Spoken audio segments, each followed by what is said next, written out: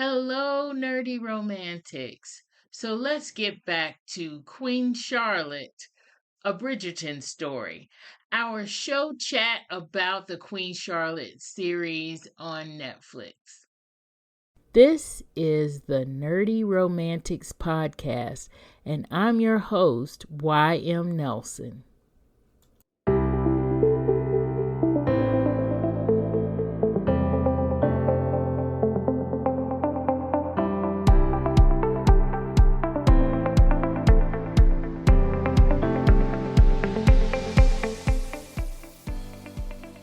There How was was one that? relationship that I really enjoyed watching, and it wasn't the Yeah. friendship. It was Lady Agatha and the Dowager Princess Augusta.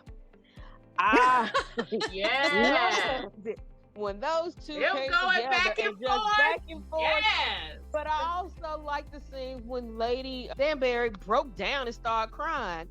And the other lady was like, "No, this is not our relationship. This is not what we do. We are Yeah. adversaries." But the reason I Let me enjoyed get you that something to adversary drink relationship, so I you can cannot get give yourself you. together. Yeah, give you some. What was it? The plum brandy or whatever she was, the Yeah. pear brandy. Some kind of break. But Yeah.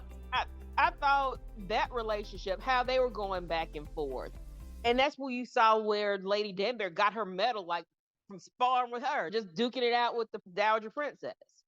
But I really did like that scene. I mean, we see the back and forth of it, but that one scene when Lady Danbury just cried. She had so much pressure on her to maintain the title of lady for her children and really for everybody in the great experiment because she was the one who had to go through all that. And you realize when she started crying, the other lady was like, this is not our relationship. But she gave her advice. Exactly. That's what I was gonna say. It wasn't she cried, yes, and now I win. It's like, no, our relationship is going back and forth, and if you can't go back and forth, you have to bear up. I mean, I love that. I love that even though they were adversaries, she did not take pleasure in her breaking down for that. At least for one tea, she just broke down. And I And she think did. it's because you see that even in the Dowager Queen's position, that she oftentimes herself is discounted by the men around her. That even Mhm. though she at the time was the regent, that she still got second guessed by men as well. So I think when she saw another woman in fear of being disenfranchised, I think that she was like, "Oh no, even you aren't powerless yet." And I think that was that moment where even adversaries, like you said, recognize when you need to give your adversary a little bit of help so that they can stay on the same playing field with you. And I think that's what she did because she knew what that felt like for herself. And I think Mhm. that beyond all the other things they were going through, she knew what that felt like. And I think we see that in a couple of different places in the stories where people step into someone else's shoes for just long enough to have that level of humanity. And I think that's what kept it from feeling farcical manufactured, is that every now and again we would see people shift into a different understanding of someone else's situation for a minute. And I agree with you, Stacey. That was one of those powerful scenes. Also, the other one for me was when Lady Danbury really sees and hears Lord Danbury when he says, "They'll never accept me. They'll never treat me like that." In that moment, she knows what that feels like. And she realizes in that moment that she can be of service to him. I think in every one of these situations, each one of those people has had that moment where they could feel what someone else was feeling for a moment. And I think that the humanity of all these characters, I think, is what kept me engaged. And I think all of those scenarios kind of embody that, where it was more than just the surface in all of these relationships, that it wasn't just a one layer, one dimensional relationship, that all of them had context and all of them had depth. And I think that it's hard to see that across all of them, but all of us have highlighted different relationships that had that same level of depth, whether it was the body men or the butlers or the whatever you call Brimsley and Reynolds, Right. all the way to these two adversaries, to the wives, to Lady Danbury and the queen and the young queen. I think in all of these, they weren't just one note relationships. and one-note characters. And I think maybe, Dana, that's what it feels like when we watch Bridgerton and we watch the young kids. They do seem much more one note, Mm-hmm. and I think that might be the distinction. I agree. I think you're absolutely right. I agree. But I wonder if even the young people didn't get the kind of wisdom that you recognize, even with Queen Charlotte, the wisdom that she got from Lady Danbury. And Lady Danbury shares that, and it helps her to even be a better queen and be a better wife and everything. I wonder if you're just not seeing that because they're not getting that full wisdom and direction that some of the that we saw in Queen Charlotte. Mm-hmm. Including like the direction, even what the Dowager Princess gave Queen Mm-hmm. Charlotte, talking about Mm-hmm. you have a young queen, young king in your belly, but my king is no longer safe and comfort. And how she talked about how basically telling her she was failing the king by letting him not face his people. That yes, that might where he feels safe, but that's not what he needs to get to keep his kingdom, to keep his crown. And how she said it, you could tell that yes, she cares about the kingdom and about their position in it, but it's because she knows that that's her son's birthright and he will lose it if he does not face it. And you're allowing him not to face it. And the person who, the actress, what is her name? She's played on Game of Thrones and all that. I love her and everything she pretty much I plays do in her. too. She's feisty. Yeah, she is. But she played that role very well too. I mean, even though you first see it and she's rubbing the skin on Queen Charlotte's place, like she kind of dog here, she still becomes a person that in some senses you can admire because of the things she talked about, how her life was not with her husband one after her husband passed, and she was basically because she was the dowager prince. She's not even the dowager queen. She never became a queen because her husband died before, so she was always the dowager princess. Yeah. And That's her, her name is Michelle Fairley.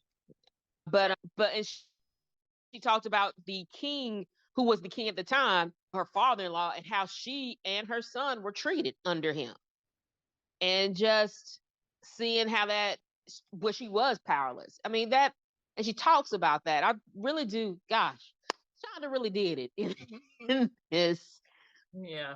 in this season because it just so many different layers, and the characters are just we're all so well rounded. And I do have to agree, like, and maybe because we're older than the Bridgerton season 1, season 2, where I don't know. I guess it is more one note, but I guess it's because it's more. Those to me seem like it was more fluff, good fluff. Not saying it wasn't great, but this is like, ooh, a hearty meal. You know, it was Yeah. a lot more to, I guess, more to see. It was just more in-depth relationship than that first blooming of love, but just the whole season of love, of relationships, not just that beginning and that passion, but we saw that, but we saw from beginning to end, or from the birth to death of different relationships there. Yep. And it's not really necessarily a plot device, but it's kind of like how Shonda tells stories over a season of things. Like she'll start out with this is what's happening now, but we're kind of getting flashbacks of maybe what would happen, like how she tells it. And Peter Nowak kind of adopted it as well with How to Get Away with Murder. But with a Shonda series, you get that middle of the season where usually for most series, that middle of the season is usually that down point. That's usually when people are like, okay, are we going to stay with this or not? And even Hollywood is saying, are we going to keep this show or are we going to let it go? But that middle point with a Shonda show, that's usually the juicy episode. That's usually an episode where you find out where everything that's been going on, how that ended up happening. And I kind of get that same feeling a little bit here. I get that feeling like we've established our world, and maybe for better or for worse, we like certain people in it or whatever. We've already made our assumptions. But now we have this we interrupt your regularly televised program to actually show you how these people got to this point where you watching. And that's usually the meaty episode for like a Shonda show. And I feel like we get that here. We get so much richness. Jen mentioned layers, but Marcy also mentioned how each character has a moment of empathy for whoever they're playing against. And you get a moment of either empathy or forced appreciation. And when you put that together, the moment of empathy and appreciation, that's actually creating this other layer to this character. At first, I was like, Dowager Princess Augusta, she's doing that boss thing, but I don't know where she's actually coming from. I kind of felt like bristles. I was like, okay, this woman, I think she's feeling some kind of way that on one side you got the House of Lords talking junk and want to oust your boy, and on the other side you got this Queen Charlotte, and she's a little bit darker than what we thought she was going to be, and she's taking my son. And then you got the other side of, we need Georgie to have an heir, and you need to bring it with the kids. So I was kind of like, what's going on with her? But then when we have that moment where Lady Danbury breaks down, and then we get this moment from Dowager Princess Augusta that gives her a layer that I did not see before, because we were not shown that layer. We get that layer because she's trying to force Lady Danbury to see, I know it's tough, but I've been there. I get it. You got to muscle up because it is tough. Let me tell you about my story. And the way that Shonda does this in every relationship that we see is genius. I mean, there's there's no way you I can. agree. Oh, it's just pure genius.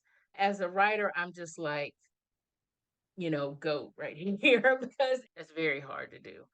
But then she also has these great actors who can also convey that emotion that's needed to be conveyed at that moment with just a look.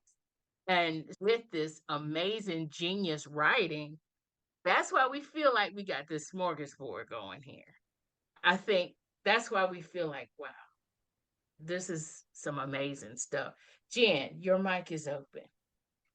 Yeah, what you were saying about the depth of these characters, but another way to think about the reason that we are so invested in them is how, because the stakes are so high.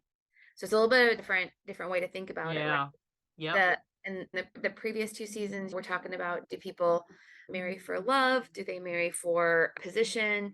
Do they marry because this is the person you're told to marry, and so forth? And here we have Charlotte, who is married because she is told to, and has a worst case scenario where she shows up in the morning and is married that night. Literally has no time to get to know him or to even be super comfortable.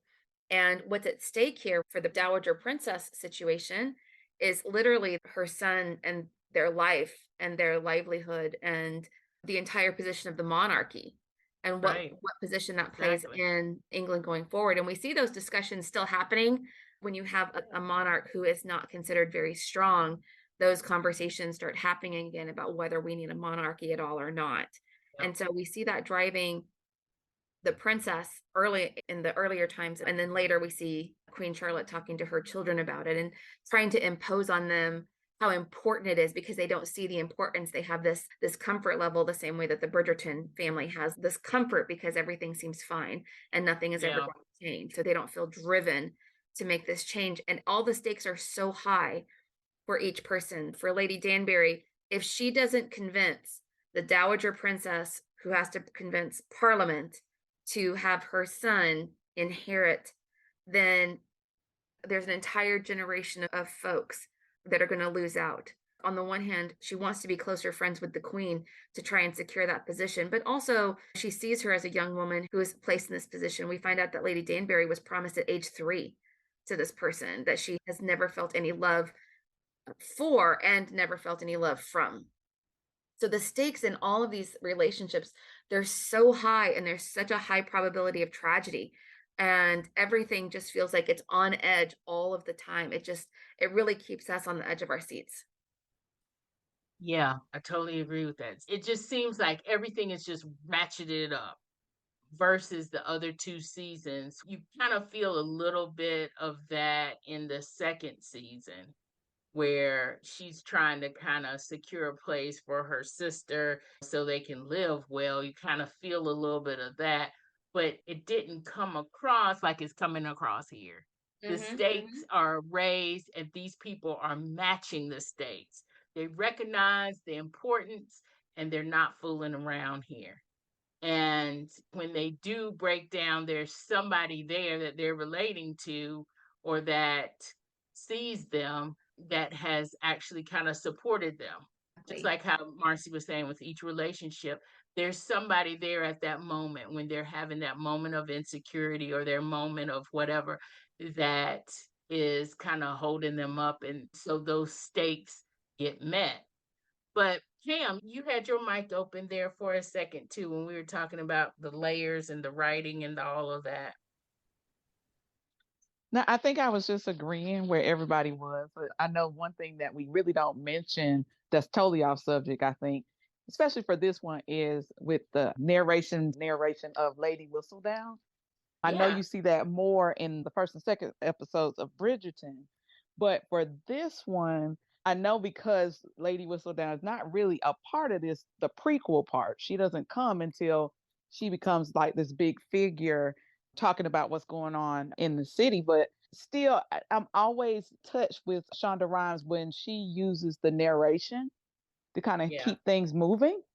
Yes. And even though it wasn't a lot in this one, I think it was helpful to still hear it. And most of it, I think, was probably there because of the flash forwards where we were looking at where time was currently. So I always love the fact that when I hear Shonda Rhimes, I know she's gonna have narration most of the time. And I love that. That's great to hear. And it always keeps me going and wanting to hear more and more and see more and more. So I was still glad to hear Julie Andrews' voice, even at the beginning. It made me stay connected and want to see what was gonna happen. So just a Right. little She tidbit. said, yeah, she set those stakes at the beginning. And two, it also helps because Shonda, like I was saying before, with a lot of her shows, she'll do that flashback kind of thing. And you're right. Lady Whistledown is speaking, trying to orient us to the now parts where we might need help. So that makes the story feel natural, like we're just riding this wave. And it all just seems to work together. One thing I did want to go back and mention that Dana mentioned briefly is the clothes and the makeup. Not just the clothes and the makeup, but the hair. Amazing. Wow. Oh Wow. Lord. No, the hair. Come on, Queen Charlotte. And you know she had to wear like a harness or something to help hold some of that stuff up. Right? Like, It's crazy. there is no way. I thought there was one time where she had this get up and it was like all braids in the front. It was standing up. And this is the older Queen Charlotte, the current Bridgerton one. And she had all these braids in the front, kind of making a halo or kind of like a cone shape. But in the back, it was feathers and flowers. And I thought a bird was going to fly out of that thing. It was amazing.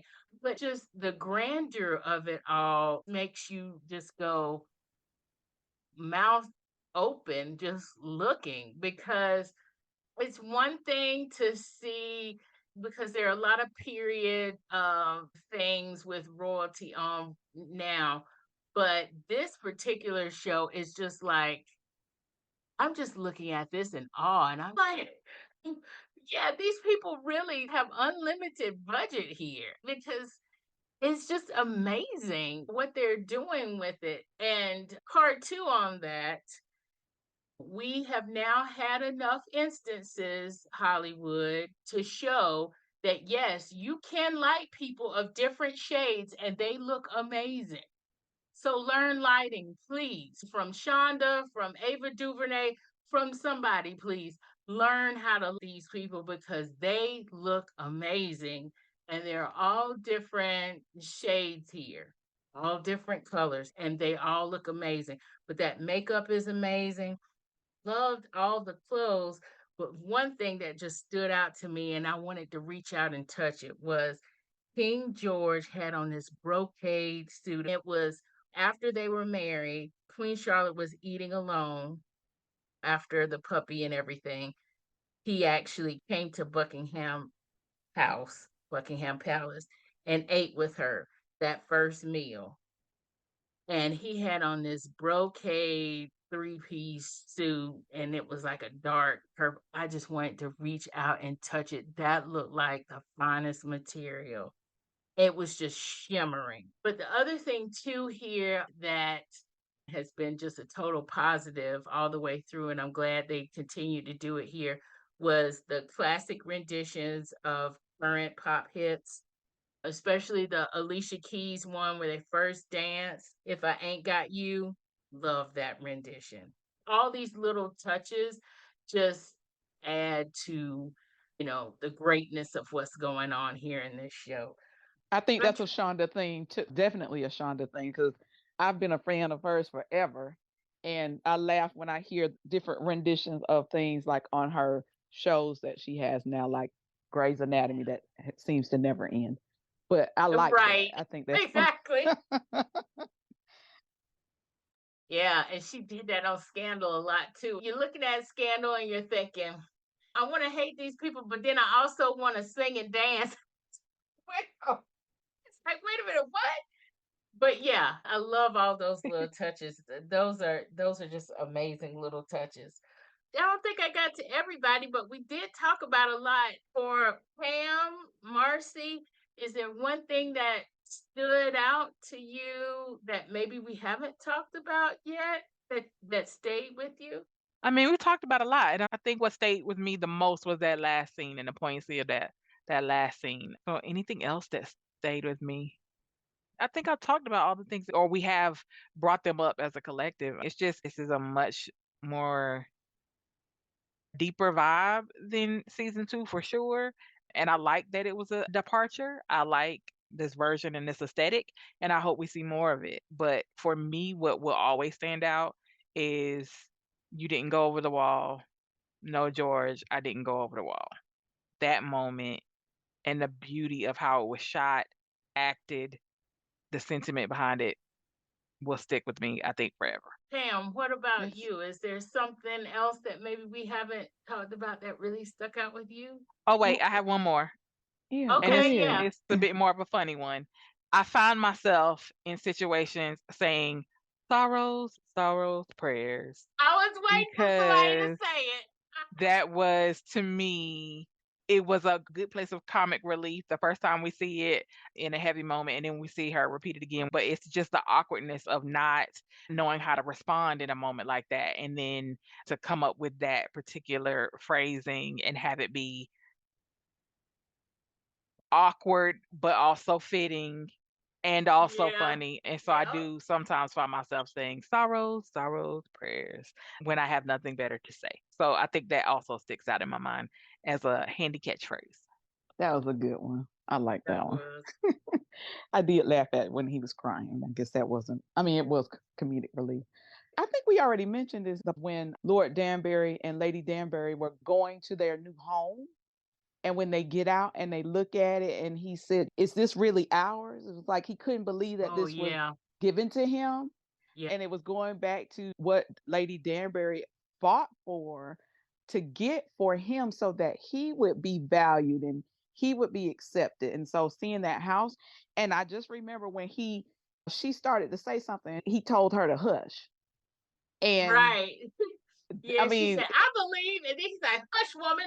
Go yeah. use this key to get in the house. I thought that was an awesome moment. But then I was laughing because I was saying in my head, I said, I wonder what Lady Danbury is really saying. But she knew this man. Right. She had been with him all this time, and she knew this was totally him. But in the back of her mind, I could imagine she said, yeah, I did this not only for you, but for our family and for us to be great beyond that. I loved it when they looked up at that house. I thought it was a great moment. And just to hear him tell her to hush. Yeah, right. Yeah, yeah, yeah. So for me, everything has pretty much been said that kind of stuck with me. I think for me, though, too, is a lot of the little detail stuff sticks with me. As a writer, the little detail things stick with me because if you're writing in those little details, that makes your character jump off that page. It makes your character human if your character is not a human. It makes them more relatable. Like, because we all have little touches and little things that we do and little habits that we have that are unique to us, but it's also what relates us to one another, like the hush woman thing. That stuck with me because that's a little thing, but it tells us a lot about the dynamic between them. It tells us a lot about Lord Danbury, who he is, because he's saying that in a comfortable kind of way. So it's not like that's the first time he's ever said that, or that he is concerned about blowback from Lady Danbury. It tells us a lot about their dynamic. It tells us a lot about who he is. One thing that I thought was interesting was that Violet Ledger at the time, her mom was just straight up racist. But her dad, of course, it was funny of that kind of dynamic between between Violet's mom and Violet's dad. You know, her dad was not racist, and he was also a little bit kind of sad, you know, I think. What? Yeah. Well, Stacey, what were you gonna say? well, I say they do that kind of stuff all the time, especially when somebody's gonna have an affair, and we still want them to be sympathetic. We got to make the Well, spouse yeah. a Well, little of course. bit, you Of know. course. But It was awful, but I mean, yeah, just yeah, you know, yeah. But I think that is what was so powerful about the moment where she sees them as a family in the garden and he's laughing with the Yes. wife. And I think that's Yes. the moment where even she knows that it can't be anything more than what it was. Yeah. And I think Yeah. that was a brilliant moment. Yeah. Yeah. I agree. I had one more Yeah. one more thing I wanted to Yeah. mention real quick as you were talking. The other image that I thought was interesting was you remember when Brimsley and Queen Charlotte are walking and picking oranges and how Brimsley was trying to get the folks to come and grab the orange off the tree, and she was like, from now on I want to pick my own orange, and not realizing she wanted to keep her independence in something almost, but not realizing it was affecting others, because when she said she didn't want anybody to pick her oranges anymore, then that particular role was gone. So those people Yes. didn't have jobs anymore to Yeah. even do something like that. And Right. so And it the effect wasn't she had. even, yeah, it wasn't even that one person, right? She was like, Exactly. where are the men in the orangery? Like Exactly. she basically fired a whole bunch of people by saying, but it was that moment, it was kind of compounding, but that one drove it home. I agree with you on that. But it kind of had a compounding effect with the Queen Charlotte King George dynamic, that they do one little thing and it could affect so many other people. At first, when you see them and you're looking at it, and it's like they have all these tables of food and everything is gold and all of this kind of stuff, and there's all this grandeur and everything going on around, and she's always got to wear jewelry. So at one point, you're thinking, gosh, these people are so rich, it's disgusting, and even though we don't see them because we're looking at mostly the upper crust of society in this show, which there are people out there that don't have anything in this society, but at the same time they have all of this stuff. But then if they want to do something on their own, like, I want to pick my own orange, and she ends up firing a bunch of those people. I mean, Pam, you're right. That really kind of drove that home, that whole dynamic between they have all this stuff and they have all these servants, but at the same, they're responsible for so much. And one little thing that they say or do could really impact everything else. And in season 2, when they had that whole, she said she was going to get married, how do we get out of this? It felt like a farce. But here, when she says, I want to pick my own orange,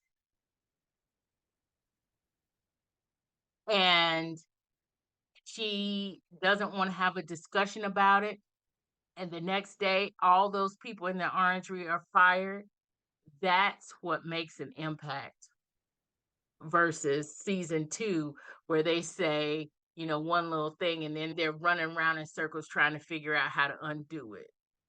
That's the whole difference that we feel. Season 2 for me kind of feels like a farce where they're raising the stakes compared to this season where it really feels like they really trying to raise the stakes. I mean, I don't know if anybody else Mm-hmm. feels that same way, but No, I agree with you. yeah, yeah. So the little detail things like that for me that make these people even more real and more relatable. She's looking at the dog, talking about it's a deformed bunny. And then the whole thing about George, she says that you were at a brothel. And he says, do you even know what happens at a brothel? And she says, yes, I know what happens in a brothel almost. This is so funny. The dynamic between them is funny. But all these little things, that's what resonates with me. A lot of that is me being a writer, wanting to kind of figure out how do we do this on page. But also, it's just me just loving this show and just sitting there binge watching it and just, you know, like in Well, awe. And I yeah. do admit, I've already started watching it again. And I liked how she called it a deformed bunny, but then you see in the later years, all her ladies are having a little Pomeranian in their arms. Yes, they Right. sure do. Yep, that's Right. true. Once she learns to love it, So everybody loves funny. it. Right. It's like everybody loves it. And she takes it with her all the time, when she's older. But yeah, it's so funny. It's hilarious. I love it.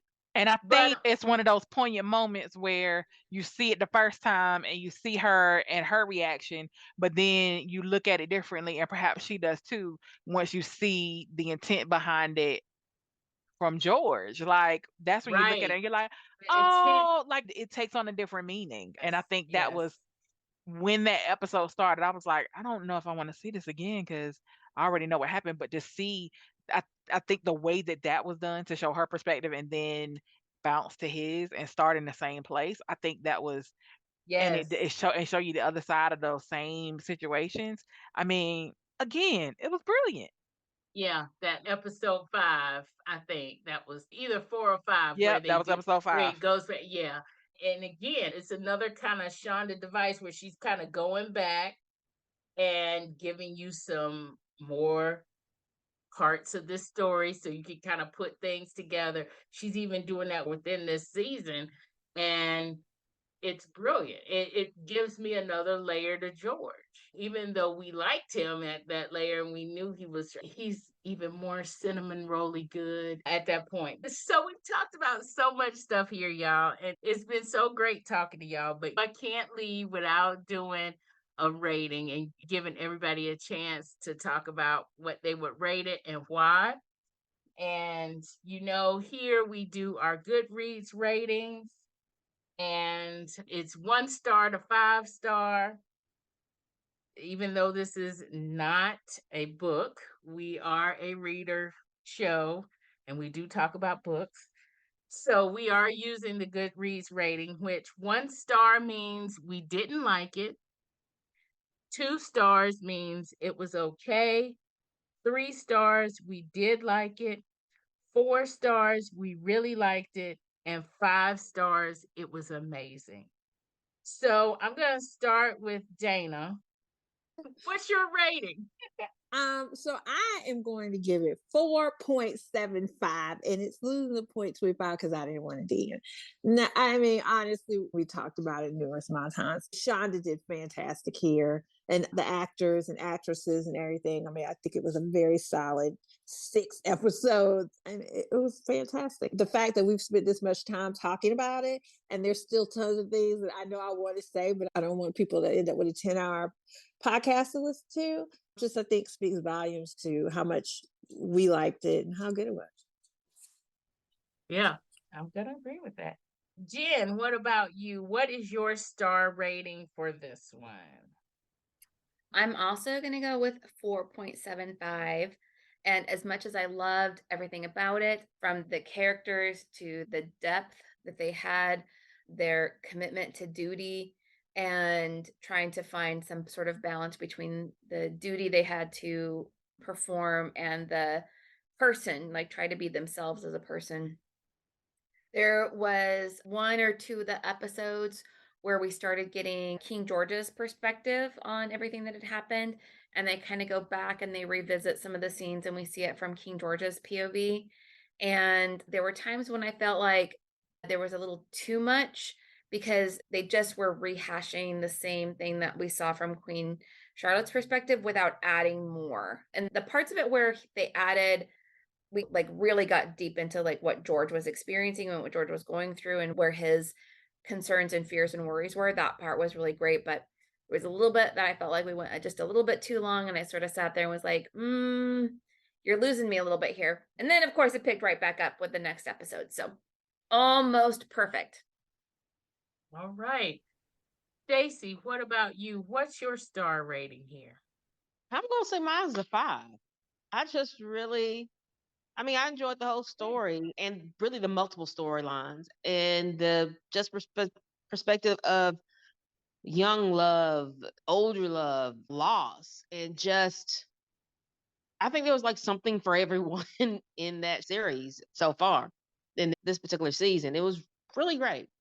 I didn't say I was off the Bridgerton train, but I admit season 2, I was like, okay, we're going to see how you do with this next calling thing. But this made me like, okay, Shonda, I'm back on board. Come on.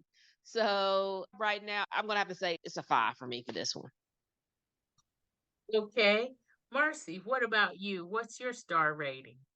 I'm going with Stacy. I agree. To me, this was a 5 all the way around. I'm with Pam. I would watch it again. I may, on a rainy day this weekend, do exactly that. So, yes, I'm giving her a 5 all the way around for character development, for music, for scenery, for decoration, for actor choices, for some great moments, for some depth, for some. I'm giving her 5 all the way around. Like I said, I don't binge it very often because I don't get all the way to the end at one sitting. I have to come back and do the rest, but I could not stop watching those. So I give her all 5 of the stars because they earned them. Yeah. Pam, what about you? What's your star rating for this one? I would go with a 5 as well. I'm so glad that I feel like I was forced to watch it. I'm so glad I did because, like I said in the beginning, I really began to like who Queen Charlotte was. I loved Lady Danbury. I loved all the characters and all the storylines that was in the midst of just those 6 episodes. And I can't wait to see what else Shondaland has to come up with. So, yep, a 5. I loved it. All right, great. I'm going to give it a 5 as well for all the reasons said. I thought it was great. And in preparation for this podcast, I did watch a few episodes again already. And the fact that I didn't feel like I was forced to watch them just so I could remember what was going on, that I really enjoyed them and kind of had to tear myself away so I could talk to y'all on this podcast. Actually, kind of sealed the deal that this was a 5-star kind of show. It's really rich, it's really layered. It's almost a tutorial in how to write a great story for writers out there and for people who just like seeing really good story on TV. It's just candy. I mean, it's amazing, which is 5 stars. That is what it is. It's amazing. So I just want to say, ladies, thank y'all so much. Thank you for the ones who felt like it was homework at first, for sticking with it and coming on and talking with me about Queen Charlotte, a Bridgerton story on the podcast. Thanks for being here, ladies. Thank you for having us. Thank Thanks. It was you. Thank fun. you. Thank you so much. This was great. While that's the end of our discussion, it's not the end of the story, so to speak. We now have premium episodes, which you can get in your feed, wherever you listen to podcasts, or in your inbox if you listen on nerdyromanticspodcast.com. And if you want to know more about the Nerdy Romantics world, sign up for our newsletter. Visit my website at nerdyromanticspodcast.com for more details. Now that's the end of the story. Until next time, thank you for listening.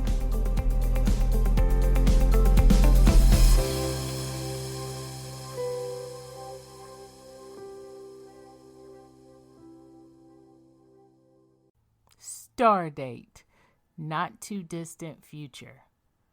Brandon is a diehard Trekkie. He's watched every Star Trek franchise episode multiple times. He has several cosplay and collectible uniforms in his closet. Commander Will Riker is his favorite cosplay character, and he's been to dozens of conventions. But he's never met or gotten in a fight with another Trekkie like Phoenix.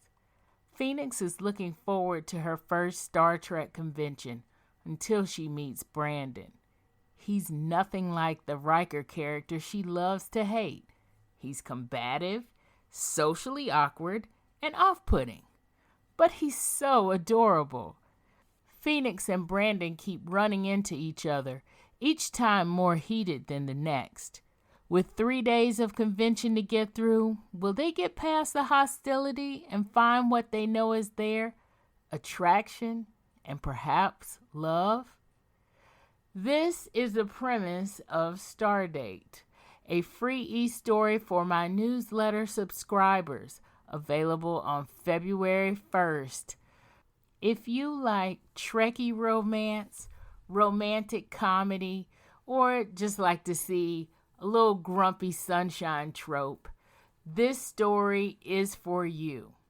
Go to ymnelson.com/subscribe and get your free copy.